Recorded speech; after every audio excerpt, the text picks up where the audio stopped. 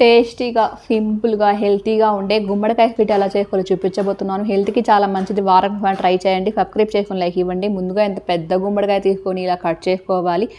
లోపల ఉన్న సీడ్స్ పూర్తిగా తీసేసి ఎండకి ఎండబెట్టుకొని తింటే హెల్త్‌కి చాలా మంచిది. ఇంకా పైన చెక్క అంతా తీసేసి బాగా తురుముకోవాలి.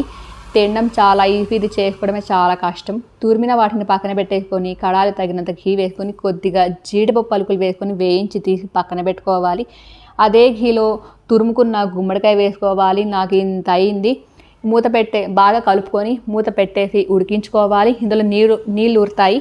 ఇలా ఊరిన తర్వాత నీళ్ళని బాగా ఎగిపోయిన తర్వాత తినే తీపిని బట్టి బెల్లం వేసుకోవాలి. ఇదంతా బాగా కలుపుకొని వేయించుకున్న జీడిపప్పు పలుకులు వేసుకోవాలి దింపేటప్పుడు. ఇంకా అంతేనండి. వారానికి ఒకసారి ట్రై చేయండి. పిల్లలు పెద్దవాళ్ళు తింటే ఆరోగ్యానికి చాలా మంచిది.